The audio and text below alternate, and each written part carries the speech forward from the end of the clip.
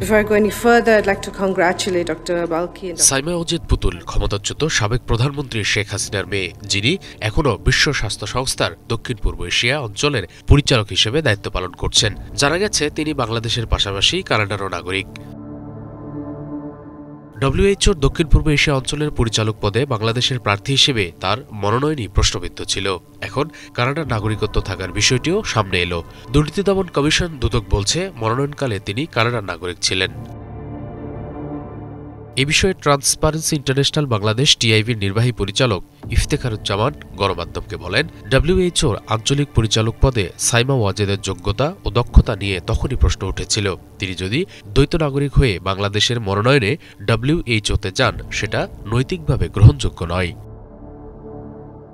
তার নিয়োগের সময় আন্তর্জাতিক পর্যায় থেকেও স্বজনপ্রীতির অভিযোগ উঠেছিল। বিখ্যাত সাময়িকী ল্যান্সেটে 2023 সালের সেপ্টেম্বরে প্রকাশিত এক নিবন্ধে বলা হয়, এ ধরনের স্বজনপ্রীতি ডব্লিউএইচওর সত্যতা ও বিশ্বাসযোগ্যতার মারাত্মক ক্ষতি করবে। যদিও বাংলাদেশ সরকার সেই সমালোচনাকে পাত্তা দেয়নি। সাইমা ওয়াজেদ ডব্লিউএইচওর 76তম সম্মেলনে নেপালের প্রার্থী শম্ভুপ্রসাদ আচার্যকে হারিয়ে আঞ্চলিক পরিচালক হন। গত বছরের জানুয়ারিতে তিনি দায়িত্ব নেন। সে থেকেই তিনি ওই পদে রয়েছেন। অথচ শম্ভুপ্রসাদ পুতুলের চেয়ে 30 বছরের বেশি অভিজ্ঞ ছিলেন এবং তখন তিনি ডব্লিউএইচওর সদর দপ্তরে একজন পরিচালক হিসেবে কর্মরত ছিলেন।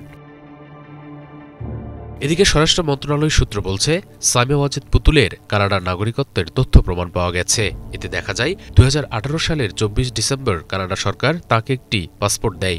10 বছর মেয়াদী পাসপোর্টটির মেয়াদ শেষ হওয়ার কথা 2028 সালে। এরই মধ্যে 2023 সালে তার নামে পাসপোর্ট রি-ইস্যু করা হয়, অর্থাৎ আবার দেওয়া হয়। এই পাসপোর্টের মেয়াদ শেষ হবে 2033 সালে। সাইমা ওয়াজেদ পুতুল ঠিক কোন বছর কানাডার নাগরিকত্ব পেয়েছেন তা জানা সম্ভব হয়নি। তিনি বাংলাদেশি পাসপোর্ট নবায়ন করেন 2021 সালের 31 মে। এর মেয়াদ শেষ হওয়ার কথা 2031 সালের 30 মে।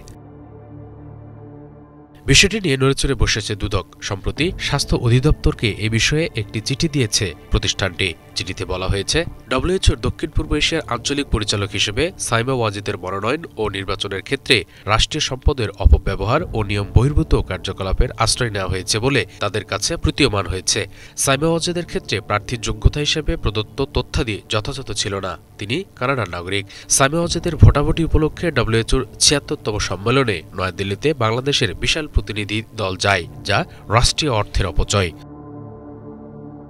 দুদক আরও বলছে, সাইমা ওয়াজেদ দুর্নীতির আশ্রয় নিয়ে এবং তার পারিবারিক রাজনৈতিক প্রভাবের অপব্যবহারের মাধ্যমে ঢাকার পূর্বাঞ্চল নতুন শহর আবাসিক প্রকল্পের কূটনৈতিক জোনে 10 কাঠা আয়তনের প্লটের বরাদ্দ নেন। এই বিষয়ে দুদক মামলা করেছে। এছাড়া সাইমা ওয়াজেদ পুতুল সূচনা ফাউন্ডেশন নামে প্রতিষ্ঠান খুলে বিভিন্ন সামাজিক ও ব্যবসায়িক প্রতিষ্ঠানের কাছ থেকে অবৈধ সুবিধা নিয়েছেন এবং ভুয়া প্রকল্প দেখিয়ে রাষ্ট্রের বিপুল অর্থ আত্মসাৎ করে নিজে লাভবান হয়েছেন বলে অভিযোগ করা হয়েছে। তিনি জাতীয় রাজস্ব বোর্ড এনবিআর এর প্রভাব বিস্তার করে সূচনা ফাউন্ডেশনের নামে প্রাপ্য অর্থ করমুক্ত করেন।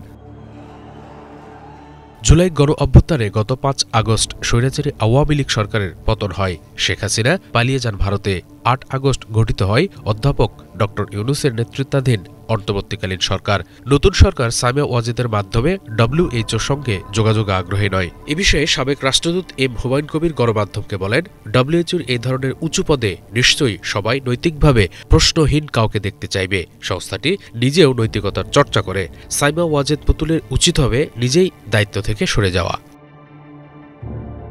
Banglavision news desk.